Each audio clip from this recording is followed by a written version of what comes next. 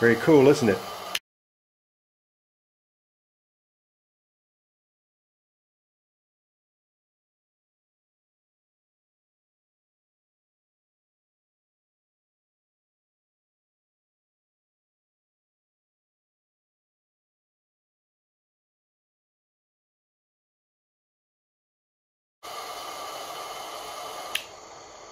That's what I call an ion rocket engine. Technically, we need a 90-degree shift of phase in the copper wire coil away from the ionizing wire in order for this device to work.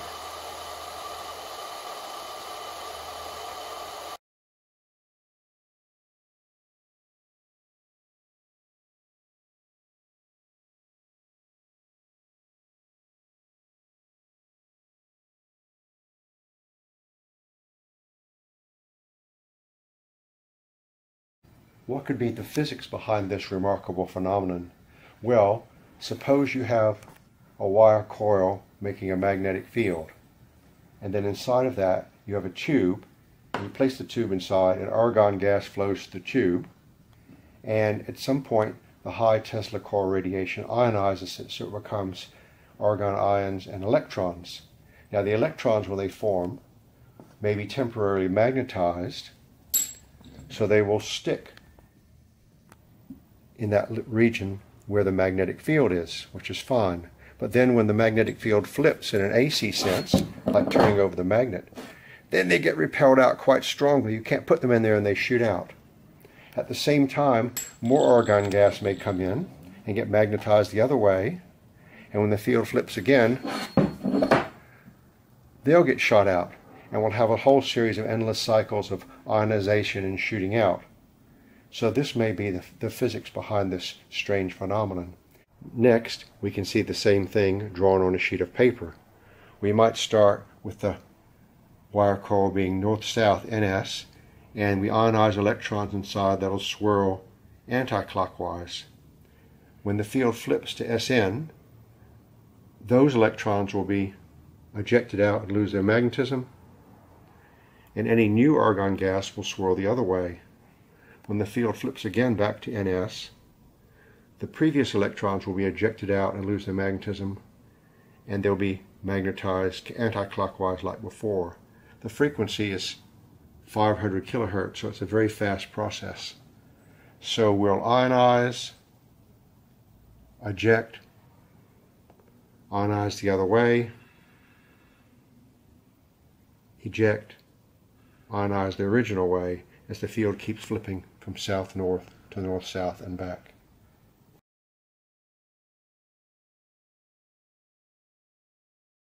Now, how did we set up this new device in the lab? First, we have a cylinder of argon gas with a tube coming out which leads from right to left, as you see here. Next, we have a solid-state Tesla-coil that works at 500 kilohertz, run by these two power supplies and 4 MOSFETs. And from the top of that coil we have 2 wires. One wire comes here, is placed inside the tube of argon gas, has an open end over here, and that's what can ionize the gas when it's turned on. The other wire leads to an aluminium sheet, 3 millimeters thick, which is placed against a copper wire coil, which can form a magnetic field at the same frequency when the Tesla coil is turned on. That copper wire's coil is controlled by a flip switch allowing current to flow through it, yes or no, and 2 leads which we can adjust. So, when we have the argon gas turned on and the Tesla coil turned on, if we take that wire and put it down into the middle of the coil like that, it'll ionize the gas and expose it to the magnetic field from this copper wire coil at the same time, and then we can just turn this switch on or off to control whether the magnetic field is flowing. A second subtle aspect of this device is that the switch which controls magnetism in the wire coil needs to be connected to the ground, otherwise we won't get much current flowing through it. This is because of the very high frequency. We'll talk about this in the appendix and show some examples.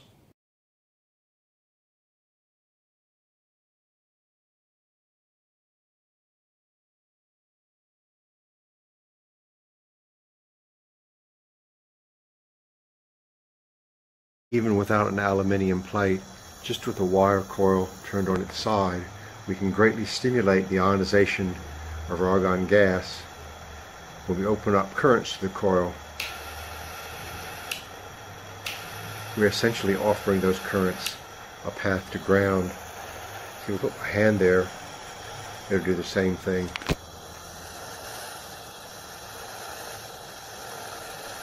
Next, when we add an aluminium plate just below that wire coil with Tesla-coil power coming into it, we turn on the wire coil and absolutely nothing happens. The power through the coil is still going up,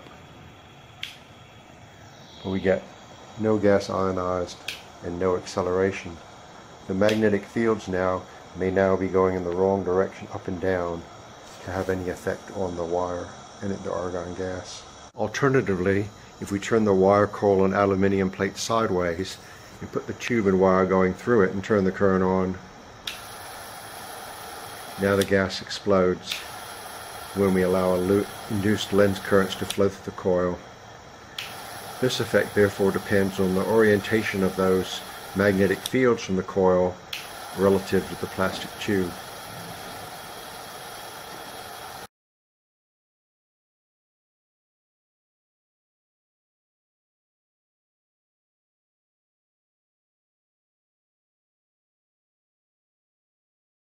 In order to maximize the outward motion of argon ions to the left, we should have the ionizing wire right in the center of the coil, not in the back, not in the front, just in the center, where it gets the maximal magnetic field.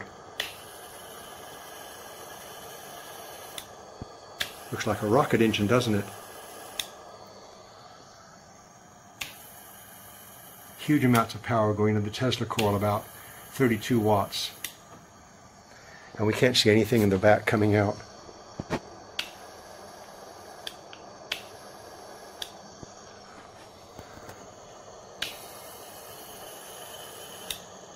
Looks like an ion rocket.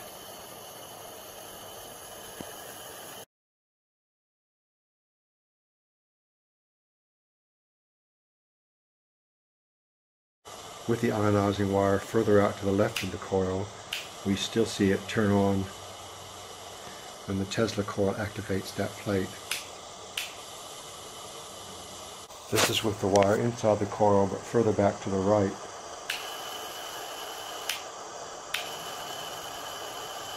Finally, when we take the wire completely out of the coil, beyond the plate, we see no effect.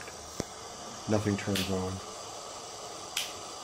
Interestingly, when we split the copper wire so that half points in and half points out on the left-hand side of the coil, then we can see two different sources of ionization being repelled from the high-frequency Lenz currents. If we take the copper wire, which has been split, some to the left and some to the right, and place it very deep in the coil, you see the one on the left activates quite nicely, and the thing on the right is just sitting outside there doing nothing.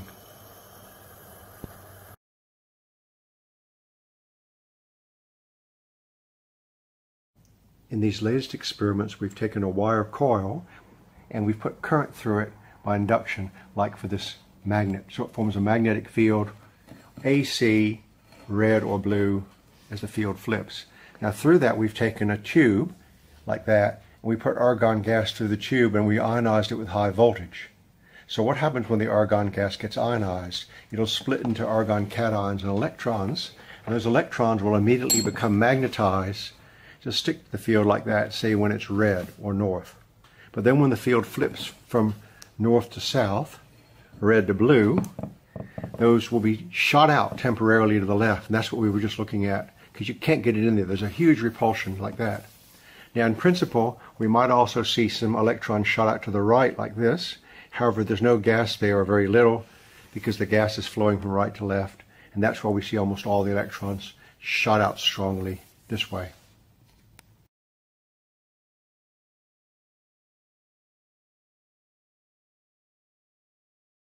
We can also make an ion rocket using 5 small wire coils that have iron wrapping in the center and outside, which I bought off eBay. 1, 2, 3, 4, 5. There's an aluminum plate behind, which is providing the Tesla-coil energy, and then the wire coils are picking up that Tesla-coil energy, making Lenz currents and Lenz magnetic fields, which push the gases out in a repelling fashion. Each wire coil has an inductance of about 44 milliHenries. If we had a really large spaceship, you would need to do this rather than just having one wire coil. This is what it looks like with the lights on. You can see 5 wire coils, each with iron centers and iron outside, wrapped into a circular shape with an aluminium plate behind them to provide Tesla-coil energy.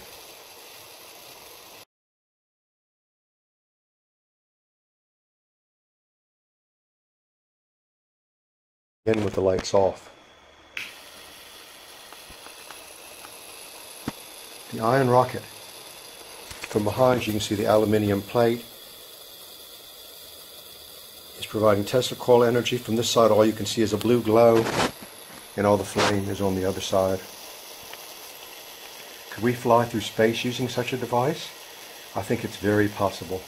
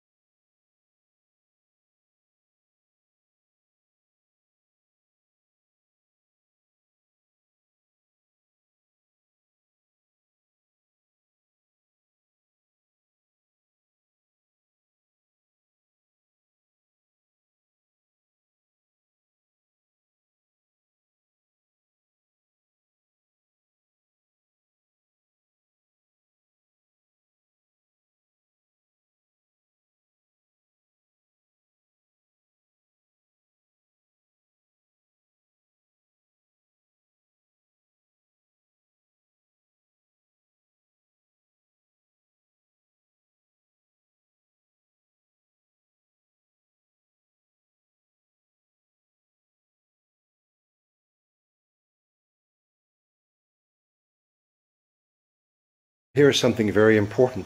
Instead of putting the Tesla-coil wire into the aluminium plate and having that induce Lenz currents in the copper wire coil, we're going to put the Tesla-coil energies directly into the copper wire coil and see what that does with no phase shift. And you can see nothing's happening. It's not lighting up even at 20 watts. But we haven't connected to ground yet. Okay, so we'll take the other end of the copper wire coil and connect through a wall plug to ground. Does anything happen? Nothing lights up, even though the current goes up substantially. And when we try the other wire red, nothing lights up, even though the current goes up substantially. So we can't go directly into the copper wire coil. We have to go through the aluminium plate. Now when we reconnect a wire from the Tesla coil to the aluminium plate, and the copper wires now shows induced Lenz current with a 90-degree phase shift from the original. Everything works fine.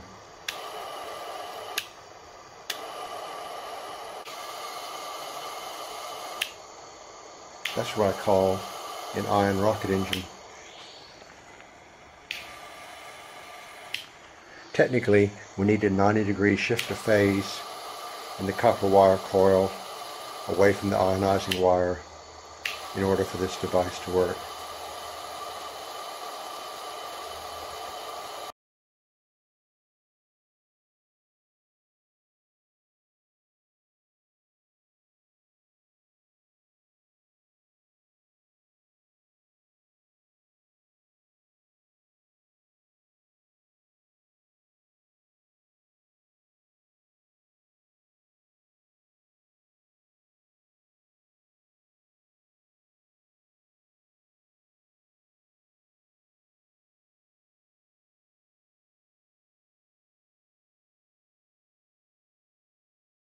We are characterizing now how this device with a coil and aluminium plate works using a flip switch and a sort of like a cord antenna.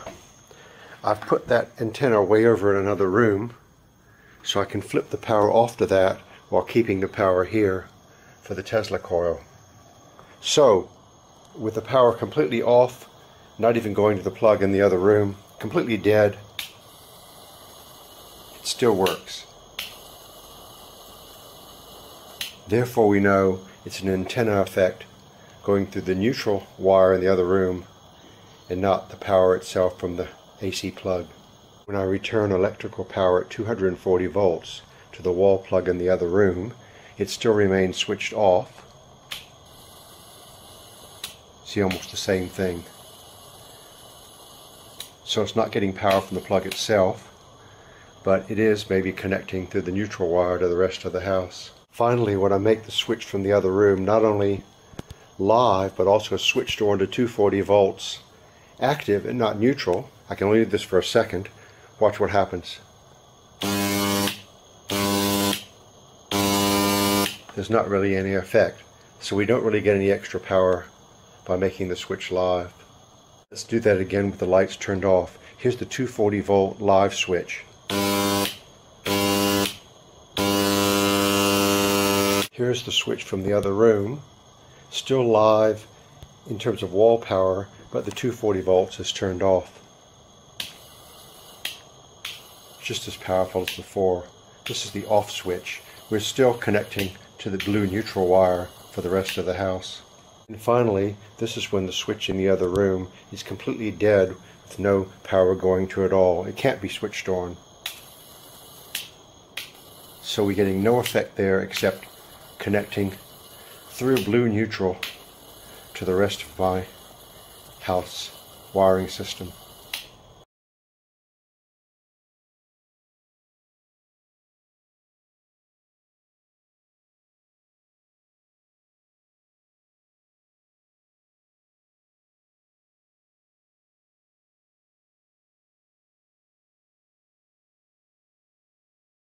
Thus there are clearly two separate mechanisms for motion of this argon gas after it's ionized. For example, if I have argon gas here ionized in the tube, I take a big piece of copper and put it next to the tube. A lot of the ions flow in there. If I touch the copper to provide a path to ground, it does even more so.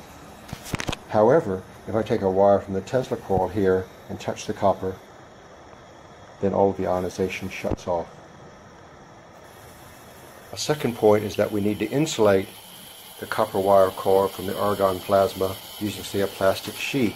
If we remove that sheet and put the copper close, then you see all sorts of sparks forming like lightning.